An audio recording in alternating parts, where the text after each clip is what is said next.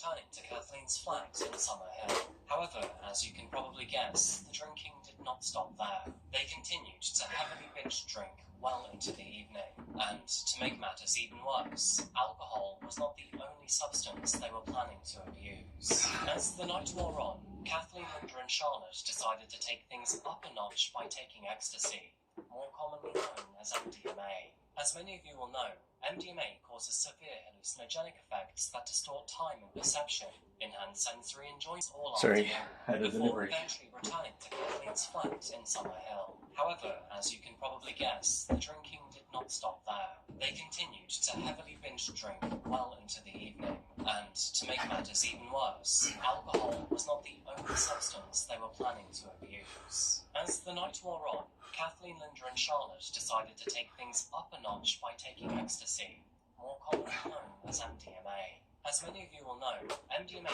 causes severe hallucinogenic effects that distort time and perception, enhance sensory enjoyment, and can even increase self-awareness and empathy. For good measure, they crushed up a pill and sprinkled it into Farah's drink to make sure that all of them were on the same buzz. And, as you can imagine, a sexually violent individual under the effects of drugs and alcohol was a recipe for disaster. While Kathleen and Farah were sitting on the sofa, Linda was perched on the arm beside them.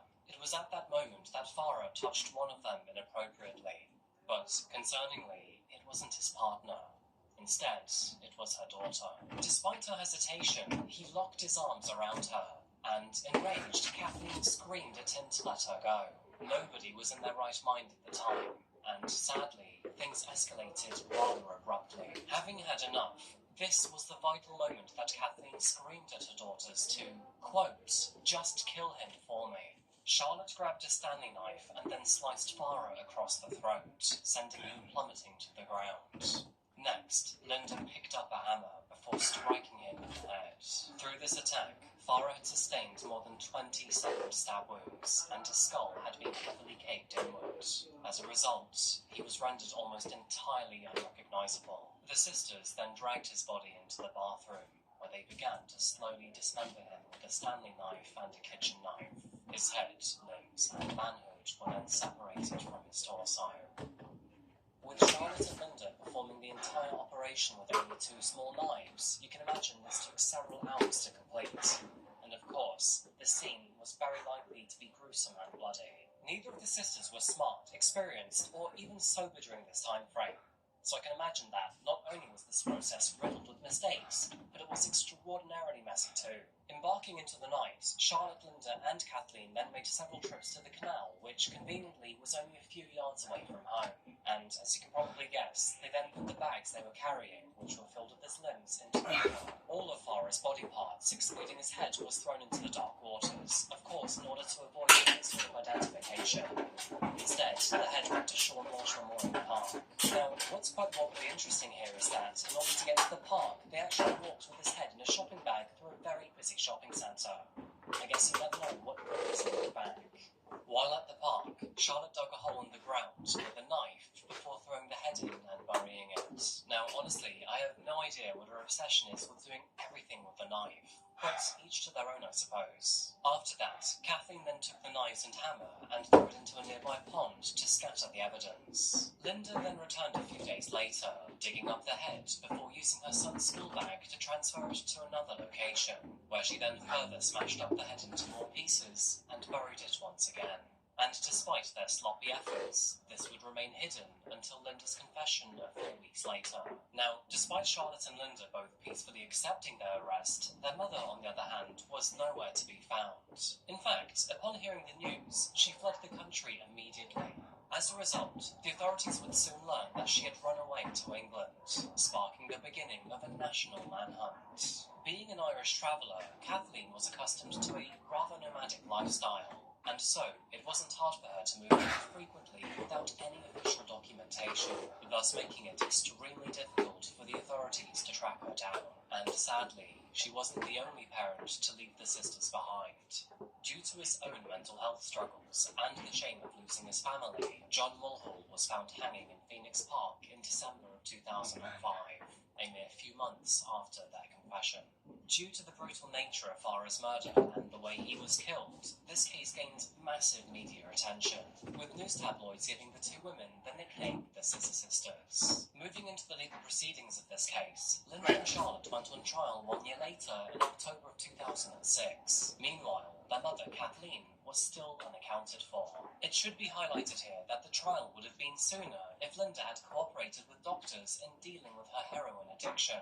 However, she refused medication to help her with withdrawal and recovery, and it's believed that all of this was intentional to delay court proceedings. Following their confessions, the trial did not take long to conclude. However, the pair's defense was relatively solid, to say the least. They both pleaded not guilty by means of self-defense, which is kind of understandable given Farah's previous behaviour towards them, previous convictions, and blatant hatred towards all women.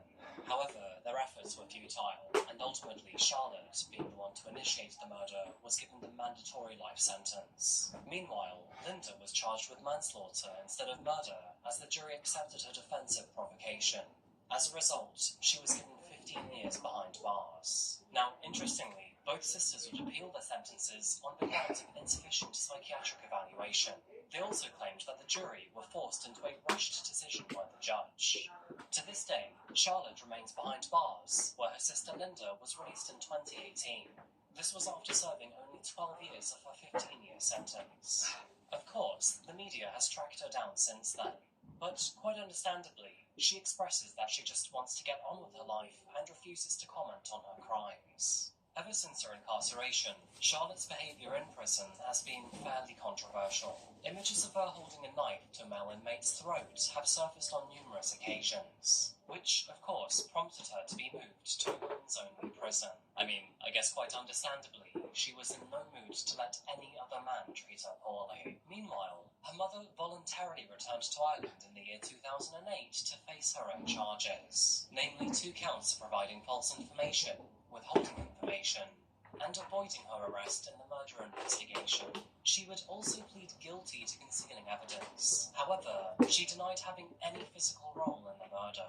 In addition to this, she would also provide information to help the prosecution against her own daughters. But then again, I guess she was not planning to win any Mother of the Year award either way. Eventually, Kathleen was sentenced to 5 years in prison for her own involvement in the crime, meaning that she too is now a free woman. Being honest with you, I find this part of the story quite unbelievable, because this was a very small sentence for someone who witnessed and then concealed a murder before then deciding to evade the law themselves. And so, at the time of this video being posted in the year 2024, 2 of the 3 Mulhall women are now free to roam as they please. It's only Charlotte who remains behind bars. Due to the grotesque and violent nature of their crime, the Scissor Sisters continue to gain massive media attention and are still often talked about to this very day. So much so that this case was recommended to me in a Dublin coffee shop. Farah Swallow was, by no means, a good man. He was unemployed, often a public nuisance, abusive towards women, and chronically abused drugs and alcohol. He was also the father to multiple children, many of which were through abuse. And so, I'm not going to say that he deserved it, but I'm not going to say he didn't either. Domestic abuse is a very heavy situation, and this could be why these women only saw murder as a way out. There are many people out there who disagree with Charlotte's life sentence, believing that all she was doing was protecting her mother and sister from a very abusive man, and that, furthermore, the world is actually a better place without someone like Farah in it. It's evident that all of their antisocial lifestyles were a catalyst for chaos, violence, and crime. So maybe it was only a matter of time before a tragedy like this was to happen. These 4 people had an extraordinarily chaotic and turbulent life between them. So, unfortunately, it is quite easy to see why and how something so tragic could happen. On that note, what do you think about this case? Do you think it's simply murder, or was this more an act of self-defense? As always, let me know what you think in the comments down below. Anyway, folks, I think that pretty much wraps.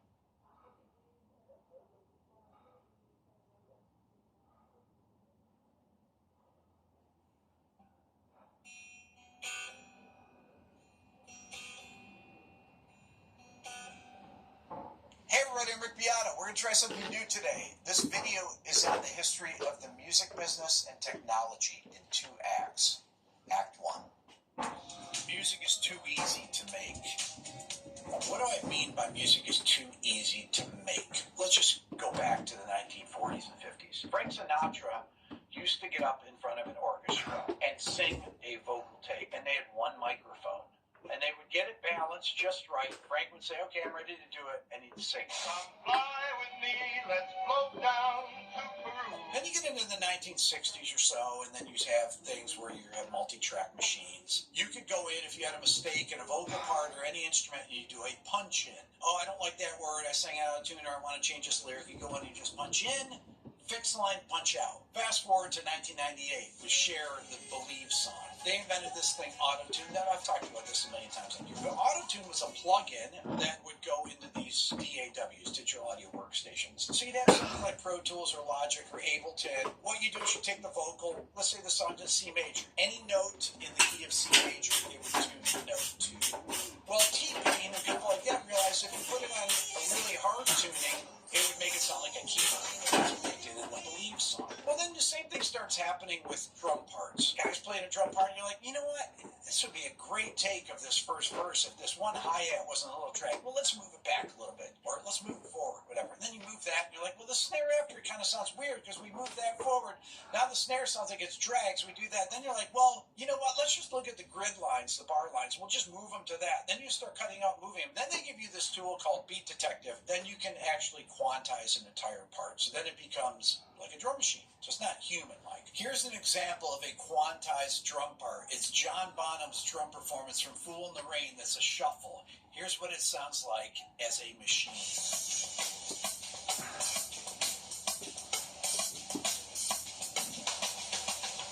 Now here's the actual human performance of John Bonham. Notice the swing in it.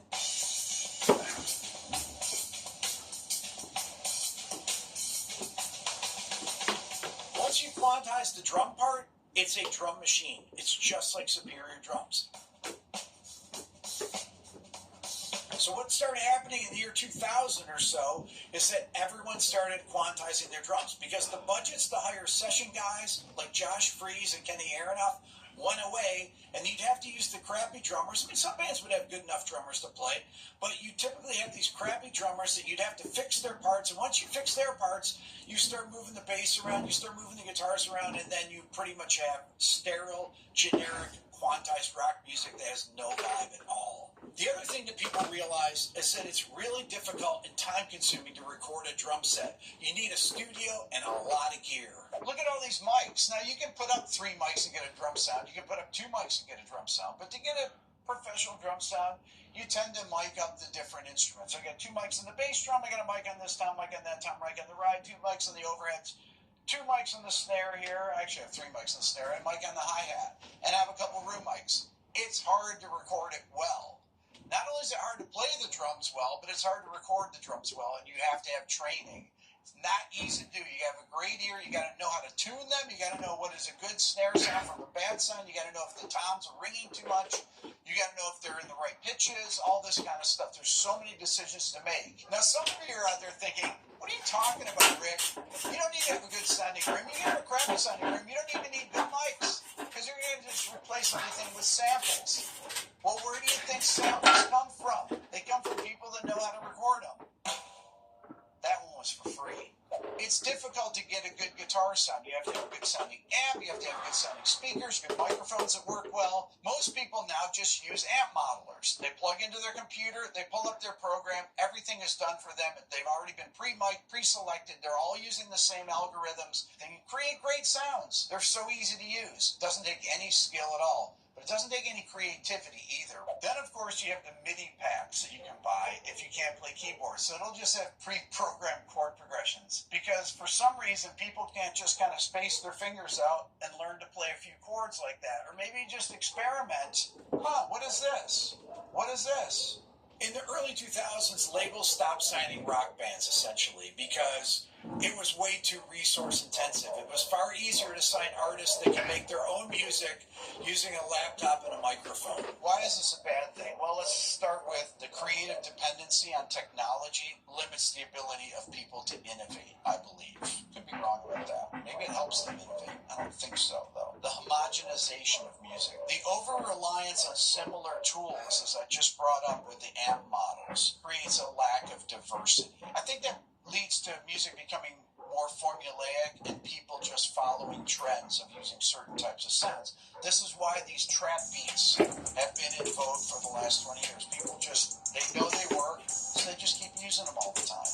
Quality versus quantity. This is a big thing, okay? So the easier production makes the process go faster, which creates an oversaturation of music, making it harder to find really exceptional things, as Ted Gioia talks about in this clip. This is Spotify's way of using AI. They have AI songs, they attribute them to people that don't exist, and this allows them to take royalties that would go to musicians and keep them for themselves. On the AI front, related to music is too easy to make, I made a video last week called I Told You This Was Going to Happen, and I played some songs off Udio, and I was saying how my kids could detect that they were AI songs, but other people could not. Well, it just came out. All three major labels are suing AI startups for copyright infringement. Universal Music Group, Sony Music, and Warner Music are suing Suno and Udio for copyright infringement, because guess what?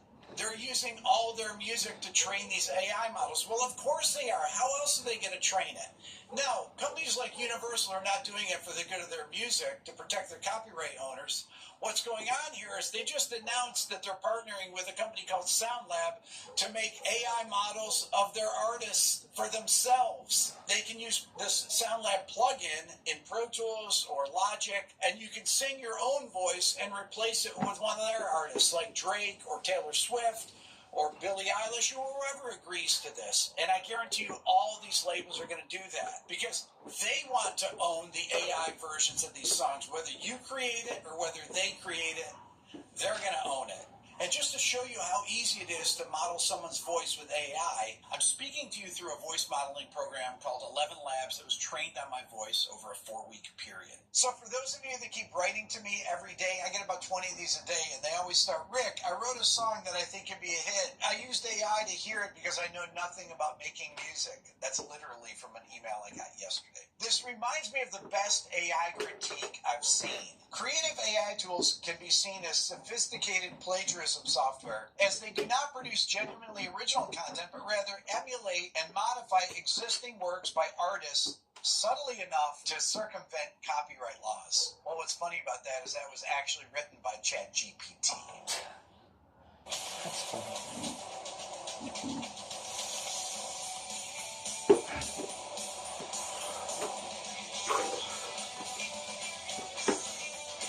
The all-new Mitsubishi Triton.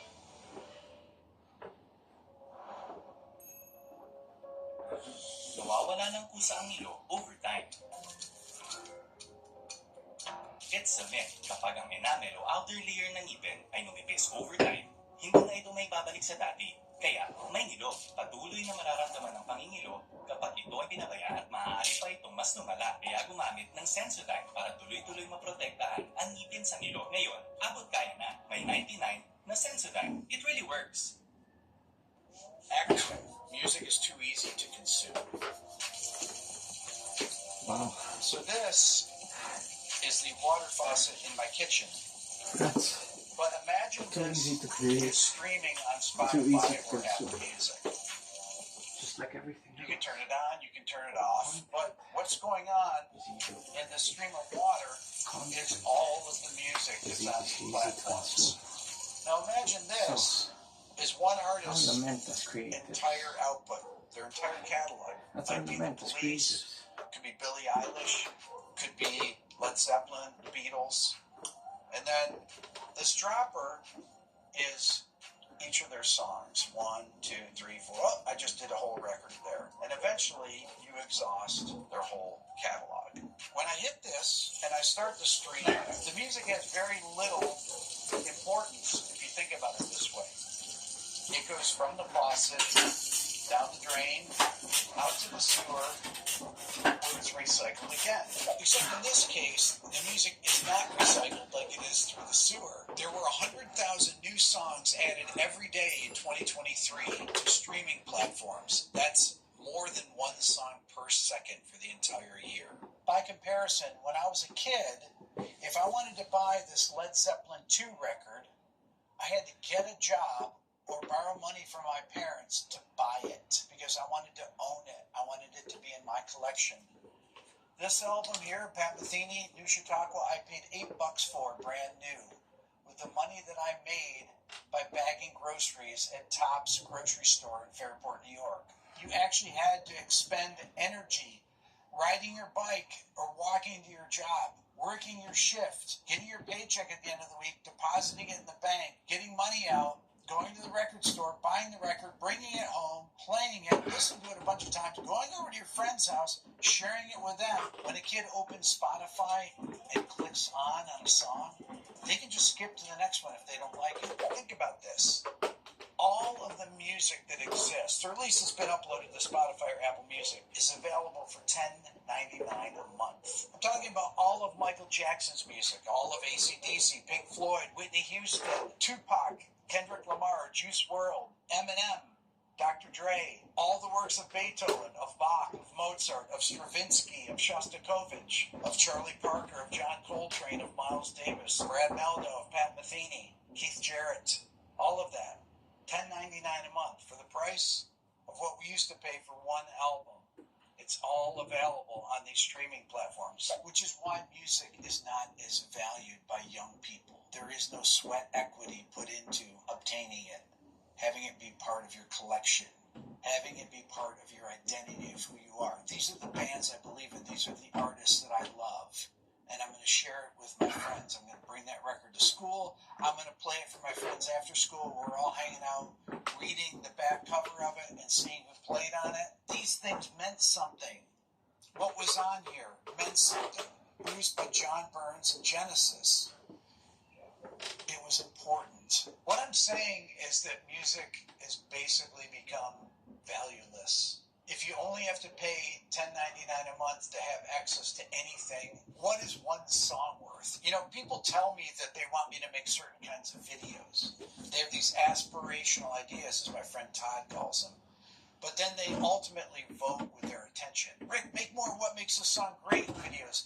Make this kind of video. Or I wish that people would write songs in odd meters or use these more complex chord changes. But you know, ultimately, people will do that and then they don't listen to them because you vote with your attention. So try this. Try to sit down just a couple times a week. Play just a few songs. Don't look at your phone, or as I call it, the thought deletion device, because it empties your mind out. Don't look at TikTok. Don't look at YouTube or Twitter. Don't look at Instagram. Just listen to the music. Let it flow over you. Think about the lyrics. Think about the melody. And try to experience music like you used to. Or if you're young, try to experience music in the way that we used to. Love to know your thoughts. Hit the subscribe button, leave a comment. Thanks for watching. This video is brought to you by Mubi, a curated streaming service dedicated to elevating great cinema from all around the globe. It is common to imagine cannibalism as the purview of jungle-dwelling tribes in South America or other remote places in the global south. Yet virtually every person around the world has seen some form of cannibalism. This is not only cannibalism for survival, but almost every developed culture has featured socially acceptable cannibalism in one form or another. Although far from commonplace today, cannibalism has existed since literally the dawn of humankind. The motivations for cannibalism can be broken down into four basic types, and we will examine each of these individually. We will look at examples of cannibalism all throughout history. I'll explain cannibalism's place within the canon of humanity. But first we have to understand the mere idea, because surprisingly, cannibalism is a lot more complex than just humans eating humans. The word cannibal comes from the Spanish word caribal. When he arrived in the Caribbean, Christopher Columbus reported a tribe of man-eaters who plagued the surrounding islands. called these people the Caribs. The veracity of Columbus's tale has long been debated, and the most recent science indicates that it is not true. We'll talk about that more a bit later in this video. The Caribs were real people, but there really is no archaeological evidence that they engaged in cannibalism. In any case, the derivative word cannibal has stuck in the modern lexicon. To engage in cannibalism does not necessarily only include humans. In fact, cannibalism is astoundingly common in nature. Jaguars, polar bears, sharks, alligators, and other animals all have been reported eating members of their own species. Certain species of frogs, toads, and spiders all consume their young. I suspect the viewer of this video is more motivated by an interest in human cannibalism. In the human species, cannibalism should really be taken as cannibalisms. The practice can be divided into a few different types. The first is endo-cannibalism. This refers to the practice of eating individuals in one's own society or community. Most often, endo-cannibalism exists in funerary rituals, eating the dead in the context of a funeral. Then there is exo-cannibalism. This is the opposite of endo-cannibalism. It is the consumption of human flesh from outside one's own community. This often comes in the form of consuming enemies, prisoners of war, or any invading peoples. Most anthropologists categorize cannibalism in one of these two ways, endo or exo. However, there is also the related auto-cannibalism. This is the act of eating one's own body. Auto-cannibalism is a loose term. Some scientists would file things like biting your fingernails or licking a paper cut under auto-cannibalism.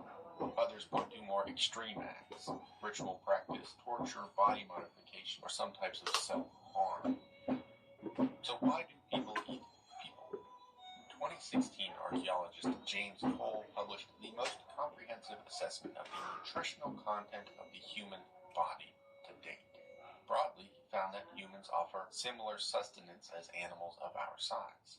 We are not particularly nutritious or non-nutritious. According to Cole, the human body provides about 125,000 calories altogether.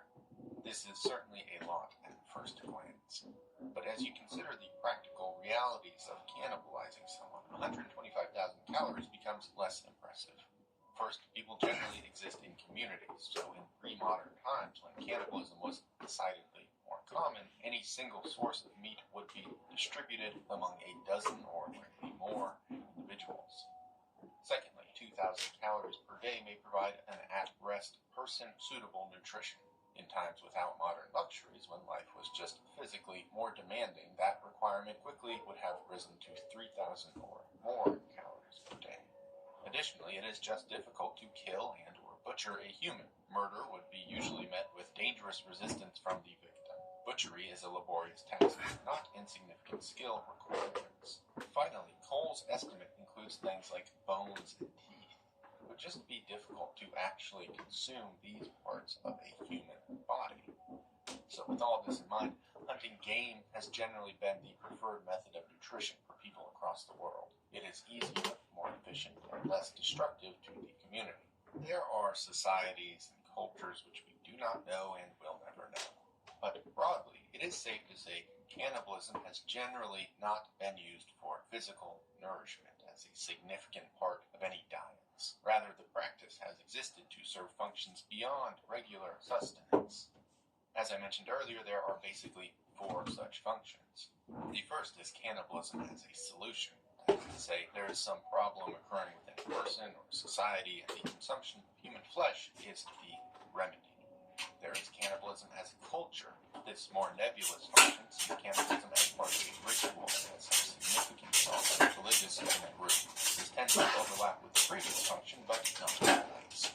Next is cannibalism for survival, which is probably the most acceptable context of the practice. Think shipwrecks, famines, etc. Lastly, cannibalism as a crime. Why is it that some serial killers go beyond murder and decide to physically consume their victims? There's one more piece of the puzzle as well, one which is more cultural and abstract and maybe even more insightful. But first, let's look at these functions of cannibalism. One of the most significant justifications for cannibalism has been to fix some type of issue, to address some specific concern that it was believed consuming human flesh would resolve. The Aztecs are one of the more famous examples of human cannibalism. The Aztec belief system is complex. It could certainly be discussed for hours. But in the interest of brevity, we can safely say that the Aztecs were desperate to keep the gods on their side. They believed that the universe had been destroyed 4 times already, and that their present era, called the fifth sun, began with the gods voluntarily sacrificing their own blood to keep the sun in motion and to maintain the universe. By regularly engaging in human sacrifice, the Aztecs would continue to provide the sun god with blood and prolong the fifth sun. There were a number of annual festivals for this purpose. The most famous involved sacrificing 4 captives at the top of pyramids and offering their hearts to the sun god. The limbs of these captives became the chief ingredient in a stew of peppers and tomatoes, but only a small handful of families would be allowed to consume this stew. Indeed, you will notice that very little of this really involves eating humans. Cannibalism was a very small part of the Aztec sacrifice. There's no evidence that the Aztecs enjoyed consuming human flesh, nor that they killed people for the sole purpose of cannibalism. We cannot categorically say Aztec people were particularly active or enthusiastic cannibals. European medical cannibalism is also a well-documented phenomenon. In historian Louis Noble's book, Medicinal Cannibalism in Early Modern English Literature and Culture, the author discusses 16th and 17th century medical remedies which centered around consuming human flesh. Egyptian mummies were from tonics, which were said to stop internal bleeding. Human skull was ground and consumed to cure headaches. One famed 17th century medical pioneer brewed a drink to stop excessive bleeding that was a mixture of human skull and chocolate. King Charles II Paracelsus believed that blood had health benefits. Processed blood-based compounds could be found for sale in high-priced apothecaries. The poor could not afford these luxuries, and so it was common practice to purchase cheap, warm blood immediately following public executions, basically right from the gallows. One 1679 recipe from a Franciscan apothecary describes how to turn blood into marmalade. European cannibalism is striking in part because it is so well documented. Historical records show that there was a long-standing belief that human flesh or blood could, in some way, improve one's health. As we move on, though, we can find less concrete, physical justifications for the practice.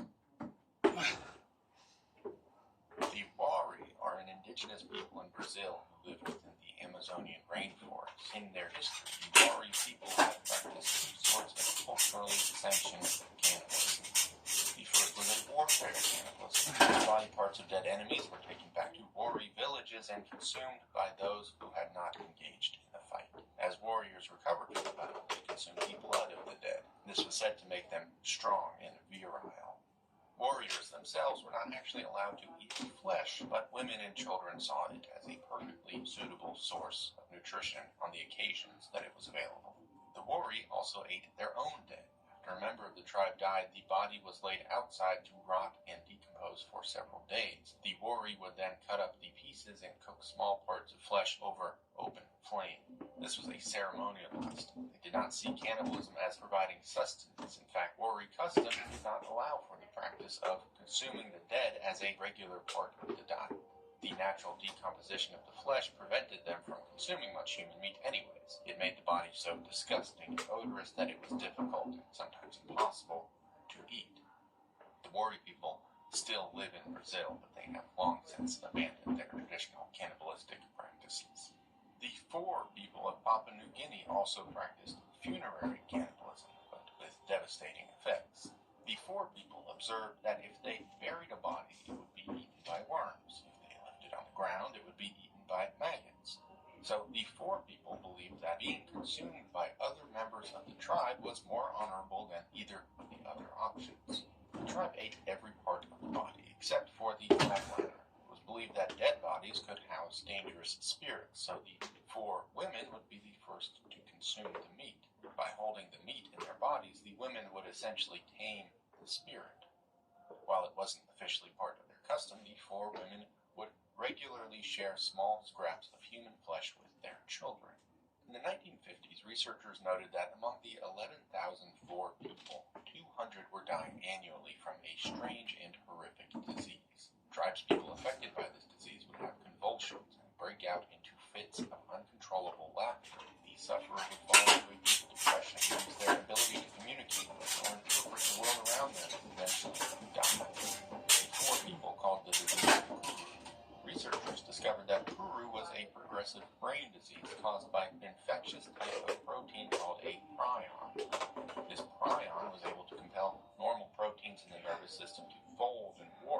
essentially punched holes in the brain.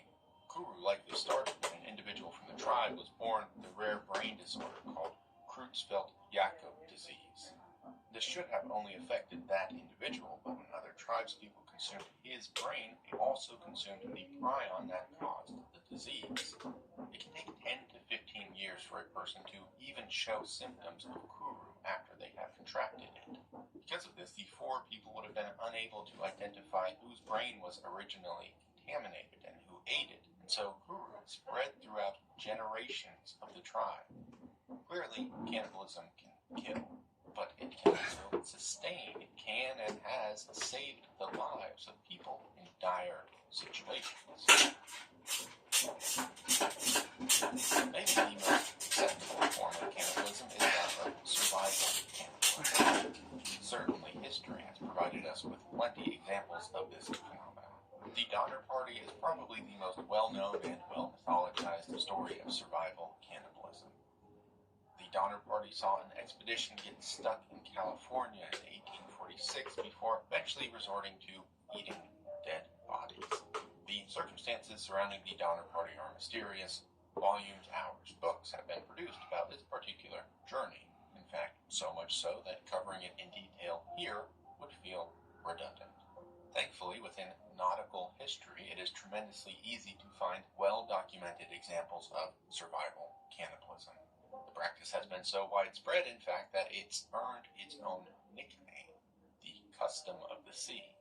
One particularly famous case is that of the French shipwreck the Méduse. Bound for Senegal, the ship became stuck in the sand just off the African coast. There were 5 lifeboats and the coast was only 40 miles away. The crew constructed a large life raft which accommodated about 150 people.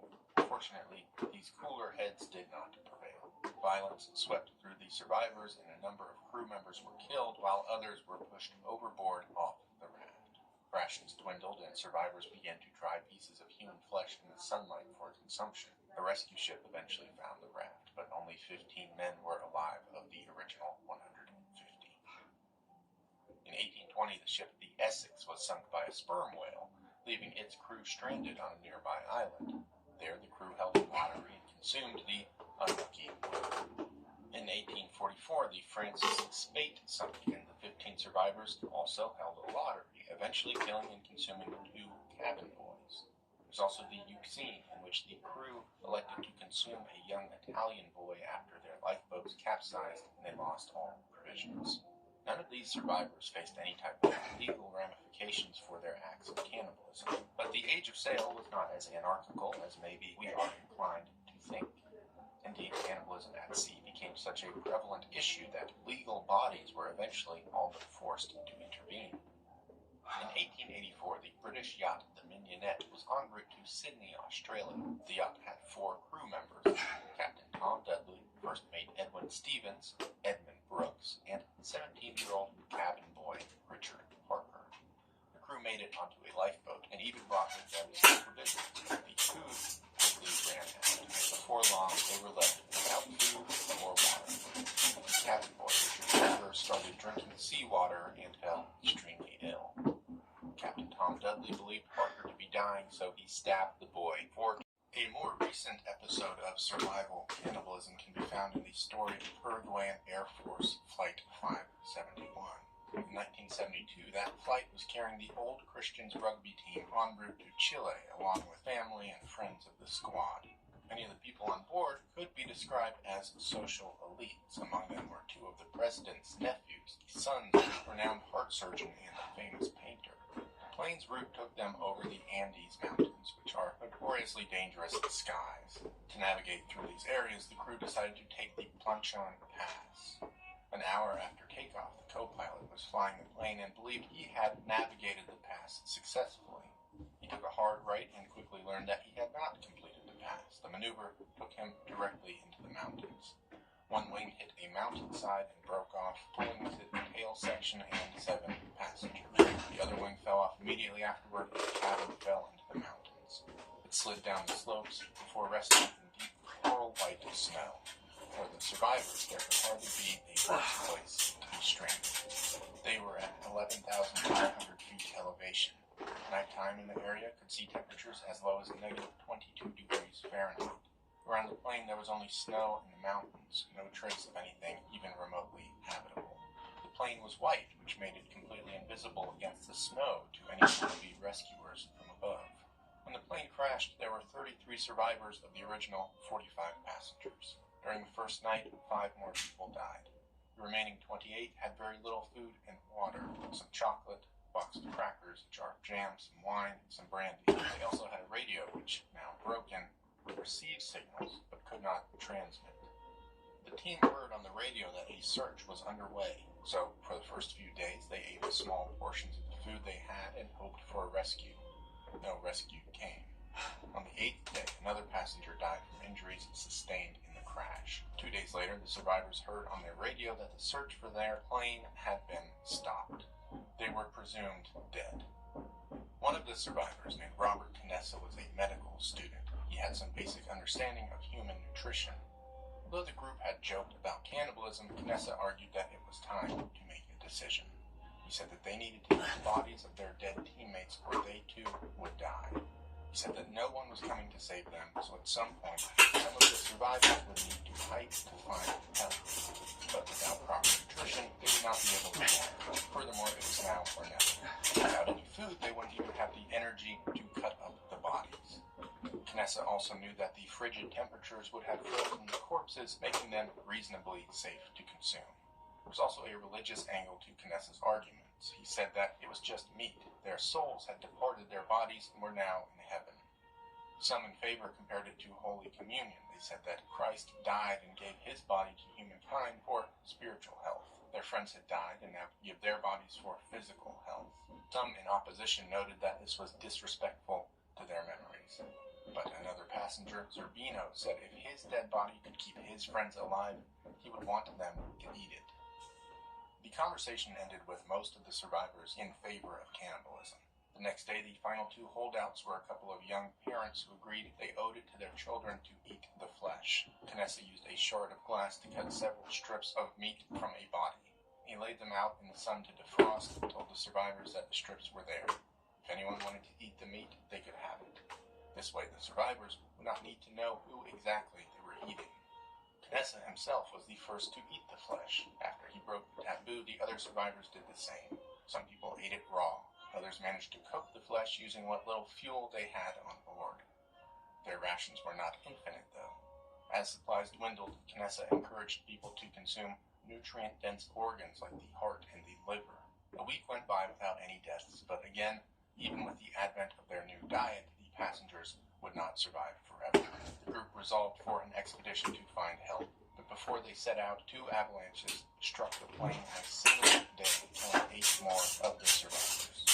Eventually, a small group led by Knessa set out to find help, at least to find something besides snow. After 4 days of walking, they reached the end of the snow. They found grass and birds and flowers. The group met a Chilean man who connected them with the local authorities. After 71 days, the group was saved. The story attracted media attention from around the globe. When news finally broke that the survivors resorted to cannibalism, public outrage was immense. The Catholic Church soon intervened, however, publicly saying that the boys had made the right decision in the eyes of God. Typically, we consider survival cannibalism as a simple question. You eat someone, or you die. It feels quite binary. But anthropologists have suggested that there's actually a network of decisions which goes into consuming human flesh. The decision to eat an individual is set against a backdrop of cultural norms, relationships to the individual, and personal convictions. There's also a series of mechanical choices you must make when eating a person. Who do you eat? Which parts do you eat? Anthropologists have actually identified a series of patterns which tend to emerge in survival cannibalism situations.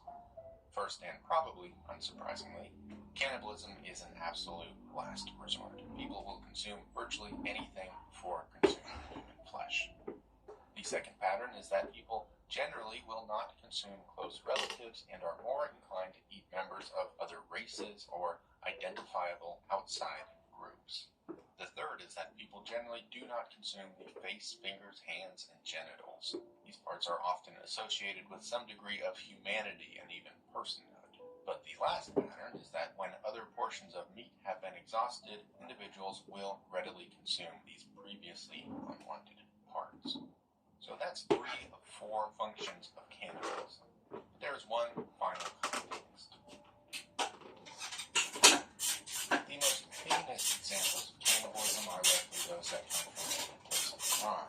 Mentally deranged individuals killing and eating victims. This is where my own personal sensibilities conflict with this video essay. I don't find true crime as a genre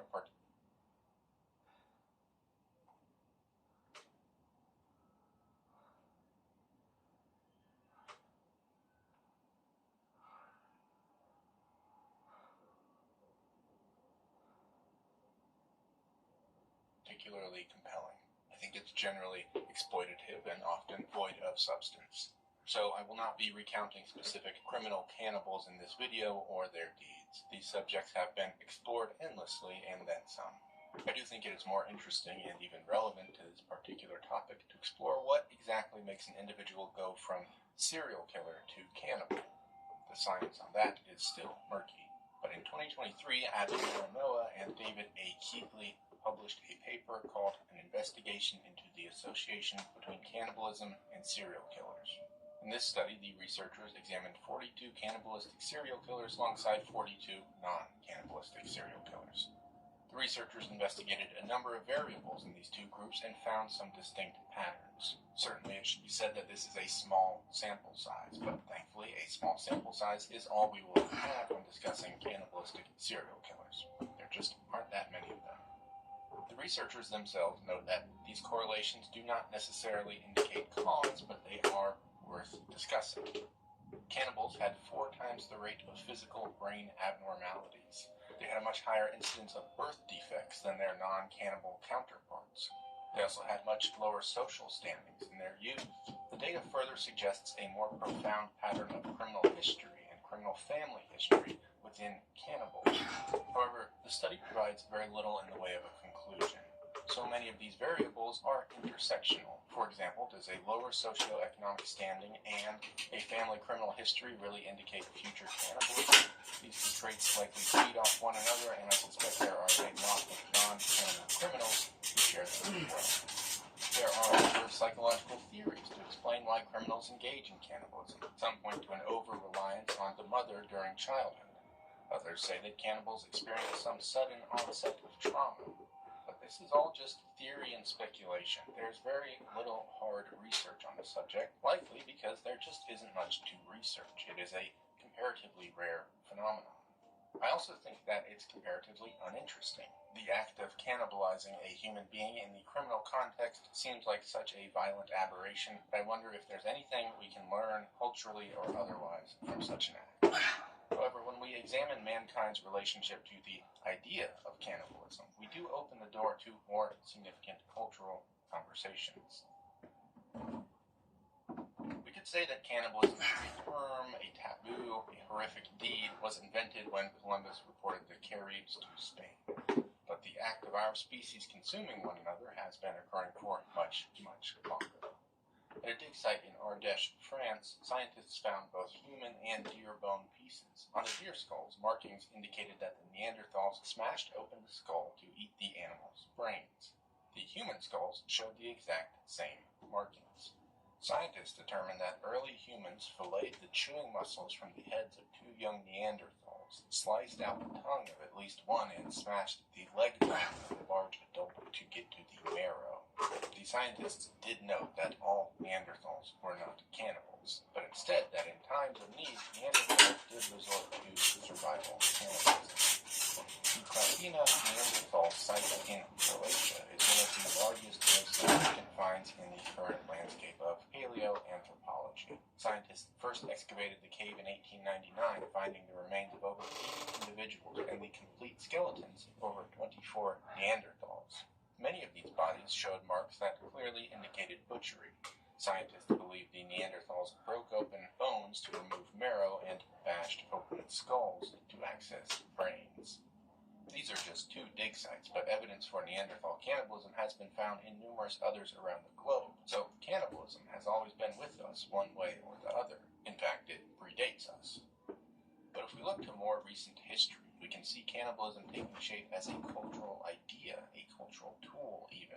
Juvenal was a Roman satirist in the 2nd century AD.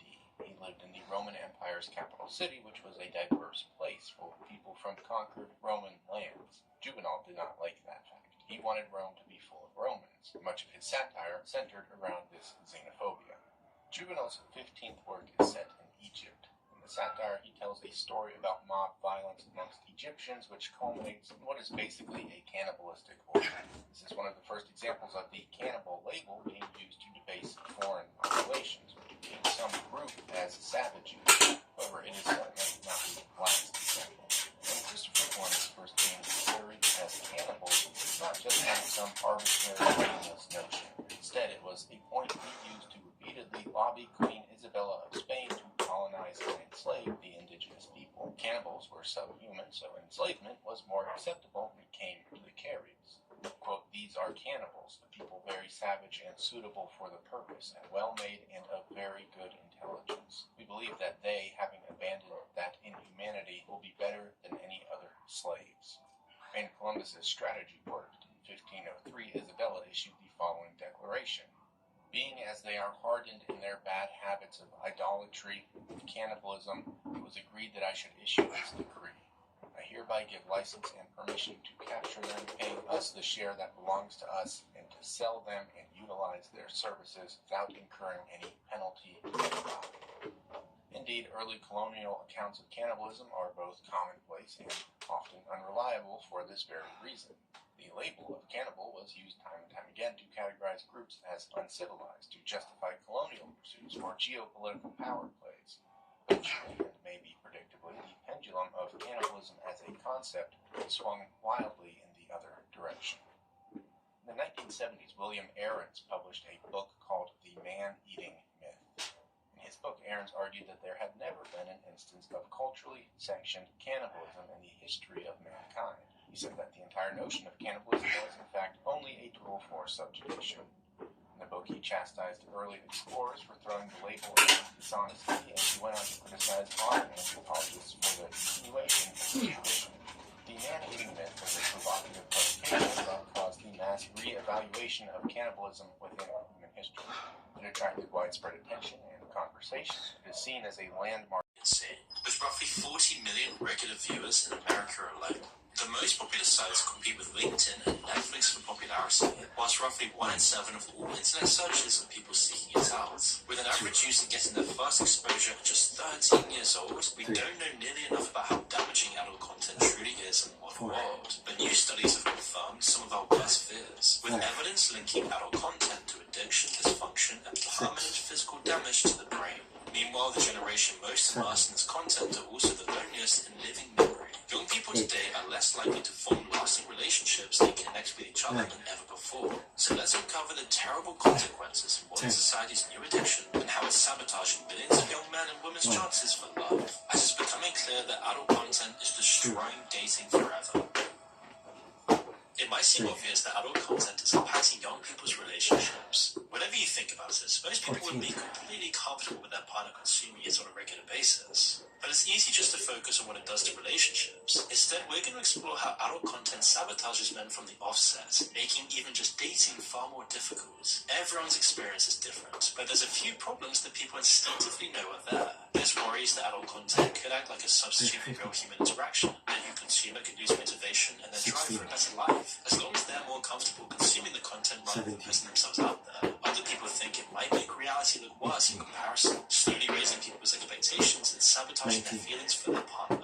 After all, real life doesn't have cinematic lighting, makeup team, or flattering camera angles. And then there's the question of whether adult content makes people think more transactionally about relationships and intimacy. If someone's been consuming false content for years, living in a dopamine-filled bubble, it might cheapen the real experience. These are all good questions, but even with all the soul-searching and introspection in the world, it's really hard to tell how watching adult content actually changes you. Luckily, we don't need to get too philosophical here. New research on the effects adult content is having on our brains is confirming all of our worst fears. By looking at the facts, we can predict the awful consequences for young men and the dating world in general.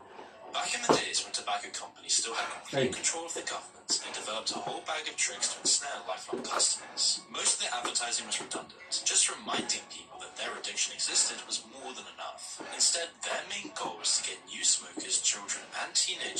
susceptible to picking up the lifelong habits sucked into their trap. So the company started putting adverts next to sugary drinks and snacks, or they displayed their adverts lower than usual, right at a child's eye level. This meant kids began associating them with pleasure before they'd even picked up their first cigarettes. It was these techniques that doomed millions of people around the world to shorter and more painful lives. And the modern adult content industry uses modernized versions of these same techniques. In fact, a lot of it is done for them already. Instead of candy cigarettes, social media plays the same role. Most kids have already been conditioned into the reward path of scrolling for content by TikTok and YouTube. It's a seamless progression. As kids enter puberty, they explore their interests in exactly the same way they consume other content. The major tube sites are designed to look and exact exactly like their safer world of evidence. It's the beginning of a cycle of addiction for these kids that's far more dangerous and damaging than anyone ever predicted. We now know that the sustainable consumption of content physically changes the brain. It's because it impacts the brain's reward system, overwhelming it with an assault of chemicals every time the content is consumed. Just like with drugs, the first time people consume modern adult content, you get a huge dose of pleasure chemicals, the most important of which is dopamine. The brain sees this adult content as an enhanced version of what naturally interests it. It's like it just found the most delicious food imaginable, and then immediately it wants more.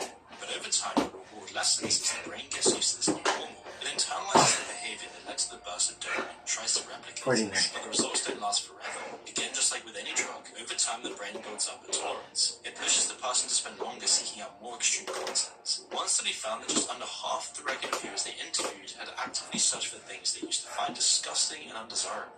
Naturally, the rational side of the human brain finds all of this distressing. Adult content doesn't just activate dopamine, it also creates feelings of shame, guilt, and other negative emotions. Emotions that can only be forgotten and silenced by descending further into the loop of addiction. In other words, it breeds the same destructive apathy that heavy drug users might experience. And so it shouldn't be any surprise then that this destructive cycle is altering people's brains, especially in young men. One side effect researchers found when studying the brain of adult content addicts was a reduction in the striatum. This is where the brain's higher decision-making processes are found. Damage and loss in brain matter lends weight to the claim that people build up a tolerance to adult content over time. But it can also have unforeseen consequences for how people live their lives and how content they are with them. We've also seen evidence that excessive adult content use can lead to the damage in the connections between the decision-making center of the brain and the reward system. It means that adult content can actually be draining the pleasure from the rest of its audience's life. Another thing researchers have noticed is that addicts have much less of a response to simple images. Compared to people who've never seen it, regular viewers of adult content just weren't showing the same response. Adult content seems to permanently change their preference to the point where anything natural just didn't work anymore. It makes sense when you consider another massively widespread effect of adult content addiction, dysfunction. While it was once something that really affected young, healthy adults, these issues now affect over 4 men under 40. It's a number that's been going up ever since online adult content became so widespread. On top of this strange coincidence, multiple studies have linked the heavy use of adult content to male dysfunction. While it's hard to measure the reasons for why this happens, the most logical explanation is pretty simple. The completely unrealistic world that adult content portrays eventually outshines reality, conditioning heavy users to the point that the real world just doesn't compare anymore. There are too many terrible consequences for the brain to list, and even just with this small selection, we can see why adult content can have an awful effect on a relationship. It may well be damaging to relationships in general, or adult content could stop men from making these connections to begin with. So let's explore what's going so wrong, and how adult content has left its mark on modern dating culture. Now that we know what adult content is doing to young men's brains and bodies, we can predict what effect it's having on dating. One massive problem we've seen over the past decade is the massive rise